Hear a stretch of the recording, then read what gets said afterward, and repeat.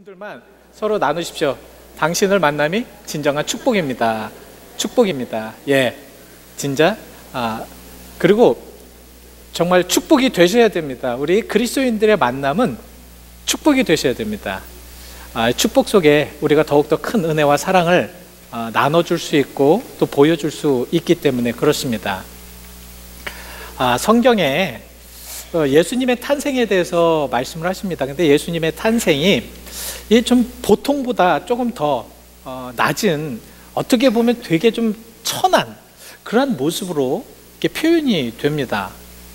그래서 예수님께서 이 땅에 오신 것은 정말 어떤 궁전이나 아니면 아주 좋은 그런 귀족의 집이 아니라 아주 좋지 않은, 세상에서 가장 정말 어떻게 이런 곳에서도 태어날 수 있을까라고 할 정도로 하는 그런 짐승의 마구간에서 태어나시게 되지요. 그러한 예수님을 우리가 보면서 많은 사람들이 보았을 때는 그러한 예수님이 관심이 별로 없고, 왜냐하면 너무 천하게 태어나셨으니까. 또 어느 때는 그 예수님께서 정말 어떻게 메시아가 그런 곳에서 태어날 수 있을까 하는 그런 의아심 속에서 우리가 예수님을 온전하게 이렇게 믿지 못할 때가 많이 있습니다. 그럼에도 불구하고 그런 예수님을 만난 이들은 축복과 기쁨 속에 정말 하나님이 주신 놀라운 그런 은혜 속에서 그것을 경험하고 돌아갑니다. 그렇지만 그렇게 많은 기회와 많은 조건이 있었는데도 예수님을 만나지 못한 그런 많은 사람들은 성경에 아무 언급이 없습니다. 우리가 그래서 오늘 이 말씀을 통해서 여러분들에게 크게 오늘은 세 가지로 이렇게 아주 큰 그룹으로 말씀을 드릴 겁니다. 첫 번째는 여러분 예수를 만난 사람과 만나지 못한 이들, 그리고 우리가 예수님을 그럼 어떻게 만날 수 있는가, 그 만난 예수를 우리가 어떻게 그럼 축복 속에 이제 들어가서 살아갈 수 있는가를 여러분들에게 이제 말씀을 드리려고 합니다. 그래서 첫 번째 주제는 예수님을 만난 사람과 만나지 못한 사람. 여러분 성경에는 예수님을 만난 사람과 만나지 못한, 특별히 아기 예수를 만난 사람과 만나지 못한 사람들을 말씀을 하고 있습니다. 그 첫 번째 예수님을 만난 사람들 중에 축복은 누가 받았냐면, 베들레헴 지경에서, 베들레헴 동네에서 양을 치던 목자들이 바로 예수님을 만나게 됩니다. 근데 가만히 보면 그 당시의 목자들은 그 당시에 사회적으로는 굉장히 하급민이었습니다. 굉장히 천민이었다라는, 천민 중에서도 굉장히 천한 그런 모습 속에서 살아가고 있는 자들이었습니다. 자, 예수님이 왜 그런 이들에게 가서 예수님을 만나게 하셨고 또 그들도 예수님께 경배하게 하셨을까? 참 희한하죠. 어떤 면에서는 그 당시의 목자들은 예수님을 만나든 만나지 않든 별로 관심이 없을 수밖에 없었던 것이, 누가 정치를 하건 사회 환경이 어떻게 바뀌건 그들의 모습은 별로 바뀔 것이 없기 때문에 예수를 만난다는 것이 별로 의미가 없다고 생각할 때가 있습니다. 그러나 그들은 누가복음 2장 20절 말씀에 그들이 예수님께 경배하고 하나님께 영광을 돌리고 기쁨으로 돌아갔다라고 이렇게 표현을 하고 있습니다. 참 그렇게 천하고 사람들에게 별로 관심이 없고, 아니면은 예수님 탄생조차도 별로 관심이 없었던 그들에게 천사들이 나타나서 그들이 경배하였을 때 그들조차도 하나님께 영광을 드리면서 기쁨으로 찬송하고 돌아가게 됩니다. 두 번째, 예수님을 만난 이들은 또 그 당시에 귀족들이나 아니면 종교자들이나 아니면 왕들이라는 것이 아니라 바로 이방인이었습니다. 참 이 페르시아에 사는 그 이방인이 예수님을 만나고자 그 별을 따라서 오는 그런 그 성경 말씀을 우리가 읽으면서 참 어떻게 그렇게 할 수 있을까? 어떻게 그들이 그렇게 말을 할 수 있었고 어떻게 그들이 그렇게 따라올 수 있었을까? 그들은 정말 예수님을 만남으로 인하여서 이따 말씀을 드리겠지만 정말 그들의 모든 일생에 있어서 가장 멋진 시간을 보내게 됩니다. 참 어떻게 그렇게 될 수 있을까? 그래서 그들은 별을 관측하다가 이 동방 페르시아에서 이 별을 관측을 하다가 왕의 별을 봅니다. 그리고 그것부터 유다 땅으로 그 왕께 경배하기 위해서 여행을 합니다. 여행을 하자마자 그 유다 땅에 와서 예루살렘으로 들어가가지고 왕에게 이런 얘기를 하죠. 유대인의 왕이 어디 있느냐. 이 마태복음 2장 2절에 그래서 이렇게 이야기를 합니다. 유대인의 왕으로 나신 이가 어디 계시냐. 우리가 동방에서 그 별을 보고 그에게 경배하러 왔노라. 그래서 이렇게 열심히 와가지고 왕궁에 와서 그래서 계속되는 그 별을 따라서 결국은 베들레헴에 가서 예수님을 만나게 됩니다. 근데 그러한 많은 여건과 조건 속에서도 예수님을 만날 만한 그런 상황 속에서도 예수님을 못 만난 그런 자들이 있습니다. 첫 번째는 오늘 말씀하시는 왕과 헤롯 왕과 그리고 종교자들이었습니다. 대제사장들과 또한 여러 사람들은 바로 예수님이 함께 또 예수님의 탄생이 전파되었는데도 불구하고 그들은 예수님을 만나지 못하였습니다. 오히려 왕이, 그러니까 유대인의 왕 메시아가 났다라는, 그 당시에는 이제 동방 박사들이 메시아라고 얘기하지 않고 유대인이라 왕이라고 얘기했으니까 그들이 그 얘기를 듣고 마태복음 2장 3절에는 뭐라고 표현이 되었냐면 그 얘기를 듣고 소동하였다라고 이렇게 표현이 됩니다. 이게 무슨 말씀이냐면 굉장히 긴장했다는 거예요. 그러니까 왕은 왕대로 자기의 왕위를 뺏길까봐, 자기의 왕위, 그러니까 유대인의 왕이라고 얘기했으니까 왕의 별이니까 그 자기의 왕위를 빼앗길까봐 노심초사하면서 그렇게 긴장하고 있었다는 말씀이고요. 그 다음에 종교자들은, 종교 지도자들은 그 왕의 눈치를 보면서 왕이 시켰던 메시아가 과연 어디에서 날 것인가, 그래서 그들은 그 구약 성경을 연구를 하면서 미가서 5장 2절 말씀을 들어서 왕이 유대 땅 베들레헴에서 난다고 그렇게 눈치를 보면서 왕에게 알려줍니다. 자, 얼마든지 그들은 메시아라는 것을 알았고 진정으로 하나님의 아들, 온 인류의 구원자로 오셨다는 것을 알았음에도 불구하고 그들은 자기들의 일에, 메시아라는 그러한 것에 별로 관심이 없이 자기들의 일에만 그냥 충실하게, 아니면 자기의 자리를 지키는데 최선을 다할 뿐이었습니다. 또 두 번째로 그 예수님을 만날 수 있는데 만나지 못한 이들이 누구였냐면 바로 그 당시에 베들레헴에서 있었던, 특별히 예수님의 그 여관, 예수님의 탄생한 여관 그 근처에 있었던 많은 사람들이었고, 저는 여관 주인이라고 생각이 됩니다. 그들은 가장 예수님 근처에 있었고 가장 예수님께서 태어나신 가장 그 주변에 있었는데도 불구하고 그들은 예수님을 만났다라는 말씀이 안 나옵니다. 그건 무슨 말씀이냐면 그들에게는 그런 모든 것이 별로 관심이 없었다라는 거죠. 그들은 관심에 대해서, 그 예수님의 탄생에 대해서 별로 그 관심이 없이 그렇게 자기의 그 일상생활을 했다라는 말씀입니다. 여러분 생각을 해보시죠. 동방 박사들, 이 페르시아에서 온 그런 사람들은 거의 왕족이었습니다. 그들이 입은 옷들과 그들이 행한 그 모든 것들을 보면서 주변에 그들을 보지 못하겠다라는 것은 말도 안 되는 거죠. 그죠? 근데 그들은 동방 박사들이 와서, 점성가들이 와가지고 예수님에게 경배하는 그런 모습을 보고도 아무도 예수님께 와서 경배하였다라는 말이 안 나옵니다. 예수님을 만난 사람들이 아니었다는 거죠. 어떤 이런 상황 속에서 과연 어떻게 이러한 일들이 일어날 수 있을까?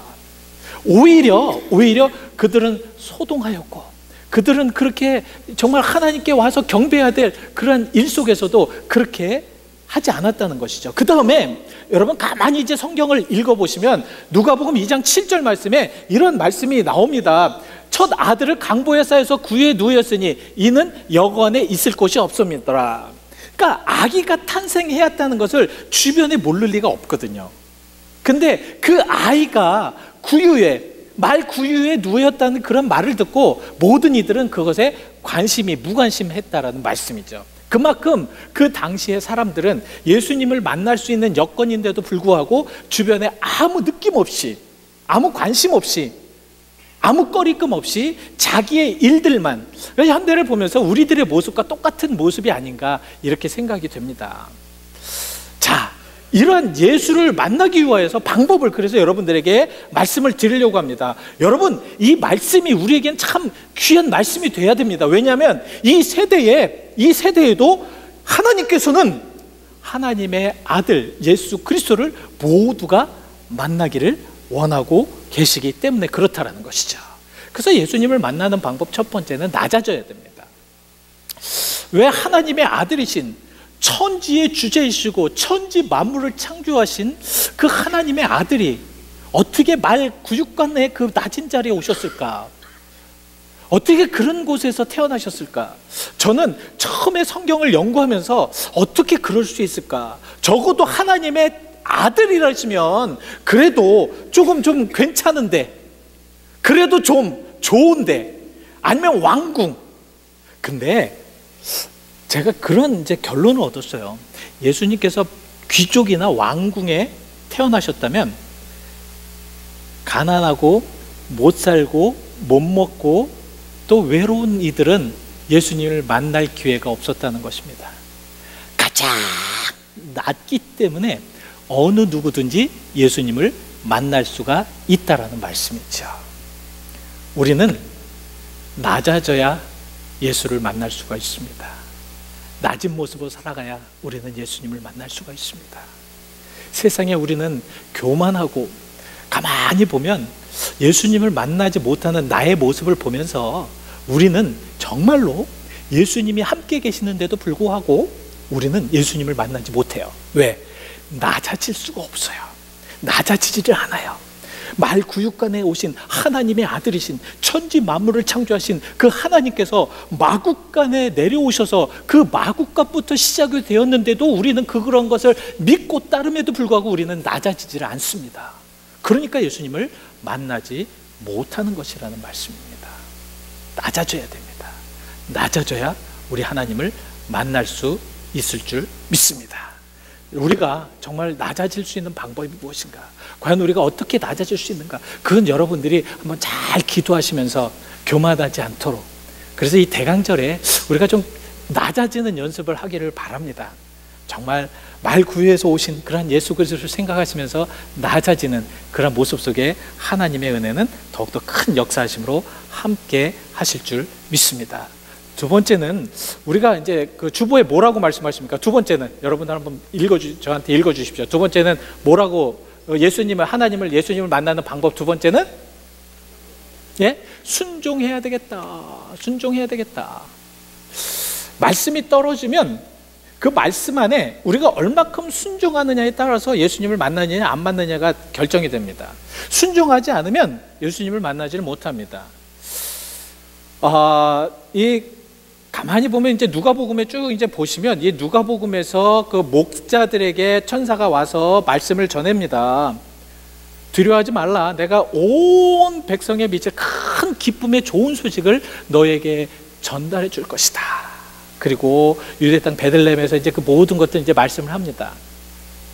목자들이 만약에 그 말씀을 듣고 아무 느낌이 없이, 아무 감흥이 없이, 아무 뜻도 없이 그냥 지냈다면 그러면 예수님을 만나지 못했을 것입니다. 그러나 누가복음 2장에 이 말씀을 합니다. 천사들이 하늘로 올라가니 목자가 서로 마르되, 자, 그들이 말하였습니다. 뭘 말하였습니까? 베들레헴으로 가자.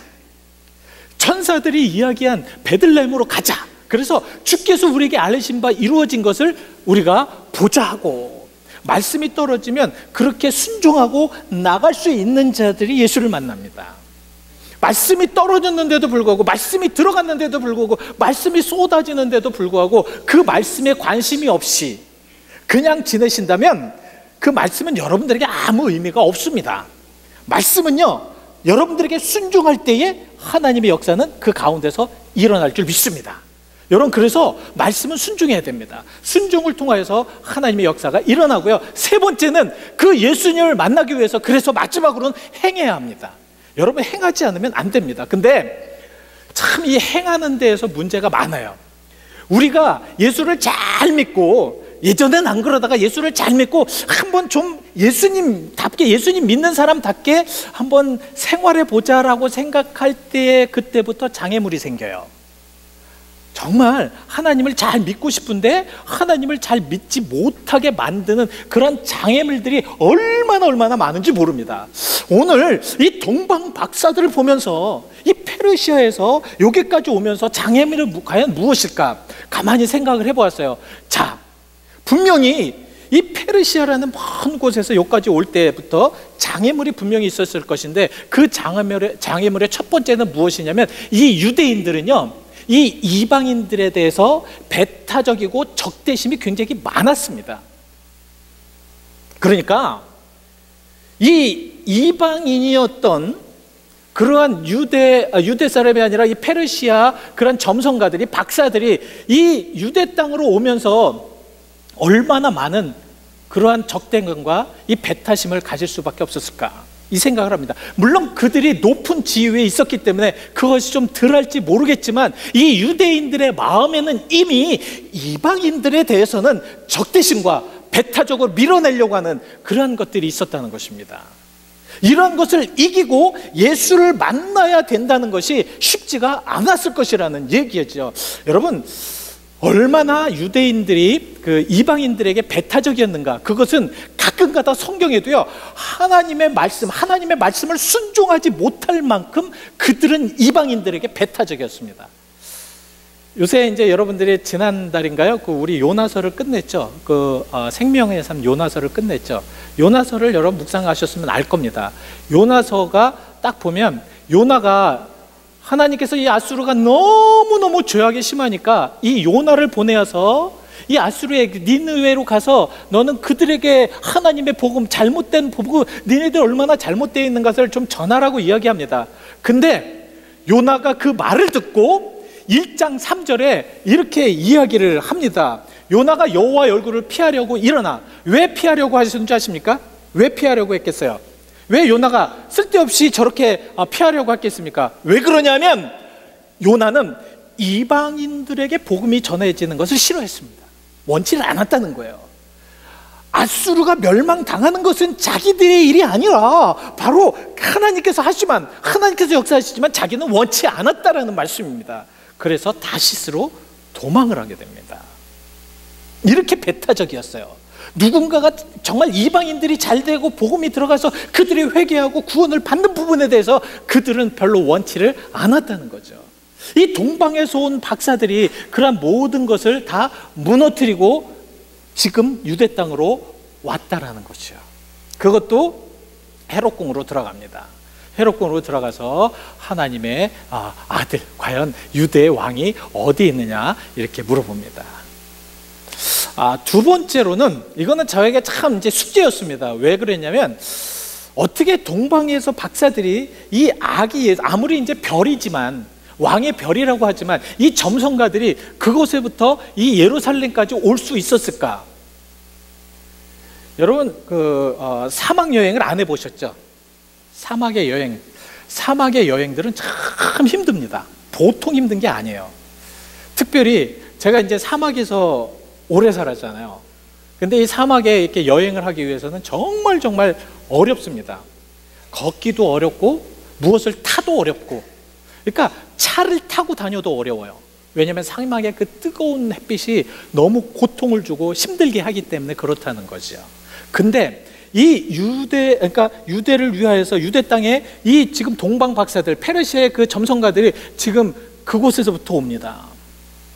저는 그래서 가만히 생각을 해봤어요. 이걸 한번 좀 해석을 해보자.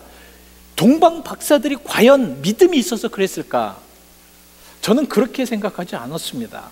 어떻게 생각했냐면, 이들에게 하나님의 감동함이 있었구나. 하나님의 아들을 만나기 위한 그런 마음에 하나님께서 감동함을 주셨다는 것이죠. 누구나 다 예수를 만날 수가 없습니다. 마음에 하나님을 향한 간절한 마음과 감동함이 있어야 할 줄 믿습니다. 이런 감동함이 없으면, 여러분들 오늘 이 예배에도요 하나님께서 여러분들에게 감동함을 주셔야 됩니다. 오늘 이 예배를 통해서 여러분들에게 정말 하나님의 말씀이 들어갈 수 있도록, 하나님의 은혜가 여러분들의 마음속에 지금 들어갈 수 있도록 하나님의 감화와 감동함이 여러분들의 마음에 지금 들어가야 됩니다. 그래야지 그 뜨거운 마음에 하나님의 역사는 일어나고 하나님의 살아계심이 그 감동함을 받은 이들을 통하여서 나타날 수 있다는 것입니다. 보여질 수 있다는 거죠. 그것이 어디에 나오냐면 창세기 41장에 요셉이 이제 그 바로왕이 이제 꿈을 꾸잖아요. 아주 흉한 꿈을 꾸잖아요. 그랬을 때 요셉이 현몽을 해줍니다. 꿈을 해석해 줍니다. 그랬을 때 이 바로왕이 요셉에게 무엇을 이야기했냐면 창세기 41장 39절에 이런 이야기를, 38절에 이런 얘기를 합니다. 바로가 그 신하들에게 이르되 요셉에게 이렇게 이야기합니다. 하나님의 영에 감동된 사람을 우리가 어찌 찾을 수 있겠느냐. 이렇게 하나님의 영에 감동된 사람이 어디 있을 수 있겠느냐. 여러분, 하나님의 영에 감동된 이들은 하나님을 만날 수밖에 없습니다. 하나님의 영에 충만히 감동된 이들은 하나님의 역사하심에 살아갈 수밖에 없어요. 왜? 하나님이 인도하시니까, 하나님이 역사하시니까, 하나님이 주관하시니까. 그래서 우리가 하나님과 동행하면서 살아야 될 이유가 뭔지 아십니까? 하나님의 성령이 우리에게 감동됨으로 인해서 살 수가 있다는 거죠. 그렇게 그런 삶을 살아가시면 여러분들 순간순간마다 매일 여러분들은 하나님의 역사하심 속에 그렇게 체험하시면서 살아가시게 되는 것입니다. 우리는 그런 믿음 안에서 예수를 만나야 돼요. 그런 마음으로 예수를 만나야 됩니다. 하나님의 감동함으로 예수를 만나게 되면 진정으로 여러분들이 뭐 거리가 멀자 아니면 뭐 이렇게 저렇게 막 핑계댈 이유가 하나도 없습니다.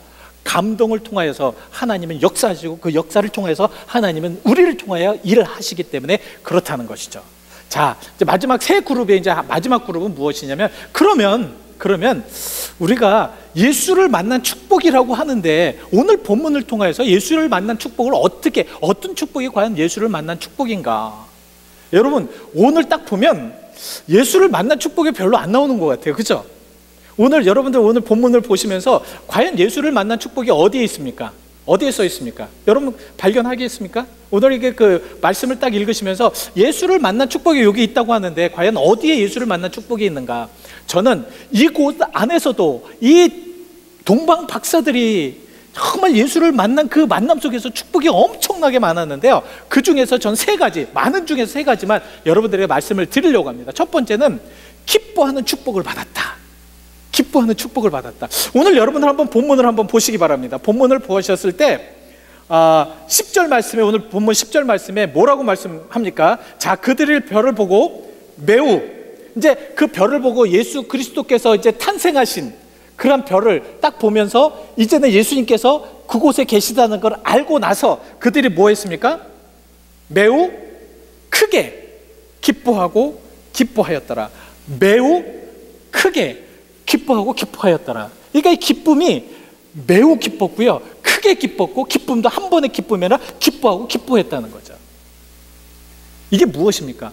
아마도 제가 봤을 때는 이 동방에서 온 그런 점성가들이, 박사들이 자기 인생에 있어서 가장 정말 좋은, 아주 이때만큼보다 큰 기쁨이 없을 만큼의 그 기쁨을 이곳에서 체험한 것입니다. 여러분, 예수 만나면 이런 기쁨 체험합니다. 여러분, 예수 만나시면요, 이런 기쁨이 우리들의 마음속에 막 그냥 막 불붙듯 일어납니다. 예? 예수 만나 보셨습니까? 저는 참 예수님의 그 은혜를 받았을 때 잊지를 못합니다. 참 그 기쁨과 그 평안함이라는 게 이루 말할 수가 없어요. 이건 표현이 안 됩니다. 그 기쁨의 표현, 오늘 이 말씀도요, 이게 지금 한글로 그냥 매우 크게 기뻐하고 이거는 표현이 안 되기 때문에, 그 기쁨이라는 것이 얼마나 기쁜 것인가 표현이 안 되기 때문에 이렇게 표현이 된 겁니다. 그들이 매우 크게 기뻐하고 기뻐하였더라. 이런 기쁨을 한번 여러분들 만끽해 보시기 바랍니다. 우리 예수 믿으면서 예수님 만나고 그런 기쁨 한번 체험해 봐야 되지 않겠습니까? 예? 우리 한번 그런 기쁨 속에 하나님께서 이 대강절을 통해서 예수 만나서 그런 기쁨에 한번 푹 빠져들게 해달라고 여러분 한번 기도해 보시기 바랍니다. 그래서 여러분 한번 이런 대강절을 통해서 우리는 그러한 체험이 필요합니다. 이러한 기쁘고. 근데 제가 이 말씀을 이렇게 묵상을 하면서 과연 기쁨이 있을까? 현대 우리가 살아가는 이 세대에도 그런 기쁨이 있을까? 참 기쁨이 없어요. 이 교회에서 예수님을 믿어도 기쁨이 없습니다. 그죠? 많이 없죠? 기쁘세요? 기쁘십니까? 어느 때는 교회 오면 더 슬플 때가 많아요, 마음에. 어느 때는 세상에 살면서 기쁨이 하나도 없어요. 그래서 사람들은 많이 기뻐하게 하려고, 많은 사람을 웃기려고 텔레비에서나 어디서나 유머를 굉장히 많이 쓰고, 또 코미디언들이 나와서 사람들을 기쁘게 하려고 노력을 합니다. 그러나 그런 기쁨이 한순간이 될 수밖에 없다는 거죠. 영원한 기쁨이 될 수가 없다는 겁니다. 지금 이 동방 박사들이 체험한 이런 기쁨을 가질 수가 없다는 거예요. 여러분, 이런 기쁨은 과연 어디에 있을까? 어디에서 우리가 있을 수 있을까? 이런 기쁨의 축복을 어디에서 우리가 얻을 수 있을까? 어디에서 얻을 수 있습니까? 성경은 분명하게 정확하게 찝어주고 있습니다. 주 안에서 기뻐하라고 빌립보서 4장 4절에 말씀하고 있습니다. 주 안에서 기뻐하라. 그래서 빌립보서 4장 4절 말씀에 이렇게 말씀을 하고 있습니다. 주 안에서 기뻐하라. 내가 다시 말하노니 기뻐하라. 주님 안에서 기뻐하는 그 기쁨, 예수를 만났을 때 그렇게 주는 그런 기쁨, 그런 기쁨이 진정한 기쁨이라는 거지요. 여러분, 우리가 세상적인 기쁨에 한순간의 기쁨이잖아요. 오늘 아침에 참 기쁜 소식을 듣고 막 기쁜 그런 것들이 있었는데 오후가 되면 그게 기쁘지가 않아요. 왜? 세상의 기쁨은 그런 기쁨이기 때문에 그렇다는 거예요. 그러나 진정한 축복의 기쁨은 무엇이냐? 온전한 축복의 기쁨은 무엇이냐? 우리가 고통받고 힘들 때에도 그 기쁨이 우리들의 마음에 끊어지지 않는 기쁨이 진정한 기쁨입니다. 우리가 예수를 믿을 때 우리에게 주시는 기쁨이 어떤 기쁨이냐? 우리에게 환난이 오고 고통이 오고 세상을 살아가다 보면은 정말 여러 가지 여건과 여러 가지 상황 속에서 우리는 고통과 아픔을 받을 수밖에 없는 그러한 인생들입니다. 그랬을 때에도 하나님이 주시는 그 기쁨은, 축복의 기쁨은 어떤 기쁨이냐면 그런 속에서도 기뻐지는 기쁨이 진정한 기쁨이라는 거죠. 성경에는 그런 기쁨들을 얼마나 많이 말씀하고 있는지 모릅니다. 바울과 실라가 빌립보 감옥에 있을 때 그들은 무엇을 하였습니까? 그 많은 얻어맞아가지고 힘들고 피가 나고 어려운 상황, 그 칙칙한 그런 빌립보 감옥 그 지하소에서 그들은 무엇을 하였겠습니까? 그들은 기뻐서 찬송과 기도했다라고 그렇게 표현하고 있습니다. 여러분 어떠십니까? 우리가 살아갈 때 어떤 적어도 이런 기쁨이 우리들에게 넘쳐나야 되지 않겠습니까? 여러분들에게 오늘 이러한 기쁨이 넘쳐나시기를 간절히 축원드립니다. 두 번째는 경배입니다. 우리가 정말 기쁨의 경배의 축복이에요. 이 경배를 저는 예배라고 보겠습니다. 예배는 아무나 하는 것이 아닙니다. 뭐 사랑은 아무나 하나? 예배도 아무나 하는 것이 아니에요. 그 예배도요, 경배하는 자들이 할 수가 있습니다. 박사들이 예수님에게 딱 앞에 와가지고 그 경배하는 모습을 한번 보십시오. 참 얼마나 귀하고 소중한 것인가. 이 경배하는 모습을 보면서 참 멋있다. 그래서 그 경배를 시편 99편 9절에는 이렇게 말씀을 하고 계십니다. 우리 하나님을 높이고 그 성전에서 예배할지라, 경배할지라. 여호와 우리 하나님은 거룩하심이로다. 여러분, 우리는 거룩한 하나님 앞에 경배하는 것입니다. 거룩한 하나님 앞에 우리는 예배하는 것입니다. 거룩한 하나님 앞에 우리는 마음껏 무엇을 다 드리는 것입니다. 그랬을 때 하나님의 그 놀라우신 은혜와 축복은 우리를 통하여서 넘쳐나게 하신다는 거죠. 넘쳐나게 하신다는 거죠. 우리가 이 예배를 통하여서도 하나님 앞에 경배했을 때 하나님의 놀라운 축복과 은혜는 넘쳐나야 될 줄 믿습니다. 오늘 이 박사들이 예수님께 경배했을 때 그 경배의 그 거룩함, 이 경배의 그 은혜, 그 경배의 그 축복, 이러한 경배를 통하여서 하나님께서는 그들을 통하여서 하나님 축복과 은혜 속에 넣어주시기를 원하고 계시다. 왜 우리가 경배를 해야 되는가? 그래서 여러분, 왜 우리가 예배합니까? 여러분, 왜 예배하세요? 예배를 왜 하시느냐? 하나님은 첫 번째 예배를 너무 좋아하시기 때문에 그렇다는 거예요. 하나님은, 우리는 여러분 그 시편 95편을 그러니까 다 이렇게 이제 망라해서 이렇게 보시면 시편 95편 쭉 이제 보시면 우리는 하나님을 경배할 이유에 대해서 말씀하고 있습니다. 왜 그러냐면 하나님은 우리의 창조주이시기 때문에 경배하라는 겁니다. 하나님은 우리를 창조하신 분이기 때문에 경배하라는 거예요. 우리는 하나님께서 만들어주신 피조물이기 때문에 경배하라는 거예요. 왜 경배해야 되는가? 하나님께서는 그 경배를 통해서 피조물인 우리에게 은혜를 마구 쏟아 부어주기를 원하시기 때문에 경배하라는 겁니다. 가만히 있지 말고 하나님의 앞에 나와서 하나님 앞에 예배할 때 하나님께서 주시는 그 놀라우신 은혜를 막 쏟아 부어주시는 은혜를 너희들의 경배를 통해서 그렇게 하라는 거예요. 예? 그래서 가만히 보면 하나님께서는 인간들과 언약을 맺은 후에 그 언약 후에 경배하기 위해서 인간들에게 경배하는 그 경배를 통해서 하나님은 은혜를 내게 주시기 위한 계획을 처음부터 하고 계셨어요. 그것이 이제 출애굽기에 우리가 한번 연구를 해서 볼 수가 있는데, 이제 출애굽기 24장에 보면 이제 시내산에서 이 모세가 이제 시내산에서 무엇을 받습니까, 여러분? 시내산에서 뭘 받아요? 십계명을 받잖아요. 이것을 우리는 시내산의 언약이라고 합니다. 그러니까 이 커버넌트를 통하여서 하나님께서는 그 하나님의 율법대로 하나님의 말씀대로 행하는 모든 이들을 축복하시겠다, 함께 하시겠다, 역사하시겠다, 동행하시겠다, 이런 축복을 마구 부어주시겠다고 얘기를 합니다. 그런 언약을 맺습니다. 그 언약이 어떻게 이루어져야 되느냐면 바로 출애굽기 25장으로 넘어가서는 뭐라고 얘기하냐면 그 언약의 그런 모든 것들을 이루기 위하여서 예물을 거두라는 거예요. 무슨 예물을 거냐면 성소를 지을 예물을 거두라는 거예요. 그래서 출애굽기 25장 8절 말씀에 뭐라고 말씀을 하고 있냐면 그들 중에 거할, 내가 그들 중에 거할 그러한 성소를 나를 위하여서 지어라. 왜 짓느냐? 왜 성소가 왜 필요하면? 성소가 뭐죠? 성소가 뭡니까? 모르시는 분을 위해서 제가 예를 드리겠습니다. 성소란 레스토랑이다, 밥 먹는 곳이다? 아니죠? 성소는 친교하는 곳이다? 아닙니다. 성소는 무엇입니까? 하나님 만나는 곳입니다. 하나님께 예배하는 곳입니다. 그래서 성소에서 진짜로 예배하는 자들을 통해서 하나님께서 주시려고 하는 그러한 모든 언약의 그 축복들을 하나님께 경배하는 자들에게 쏟아 부어 주신다라는 말씀이죠. 오늘 여러분들이 하나님 앞에 온전하게 경배할 때 하나님께서 주시는 그 놀라운 은혜를 쏟아 부어 주시는 축복이 이곳에서 있게 하시겠다는 것입니다. 이것이 예배예요. 이것이. 여러분, 참 우리가 예배할 때 그래서 잘해야 되겠죠?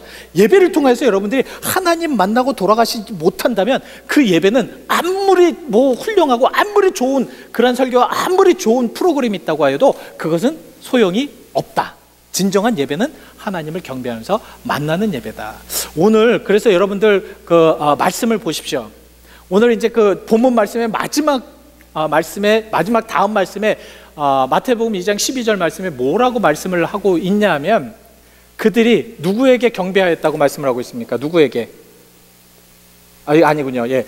누구에게 경배를 하라고 말씀을 하고 있냐면 바로 예수님께로만 경배하라. 예수님께만 경배하라고 말씀하고 있습니다. 예수님께만 경배했다는 거죠. 그들이 정말 부모도 있었고 마리아도 있었고 요셉도 있었잖아요.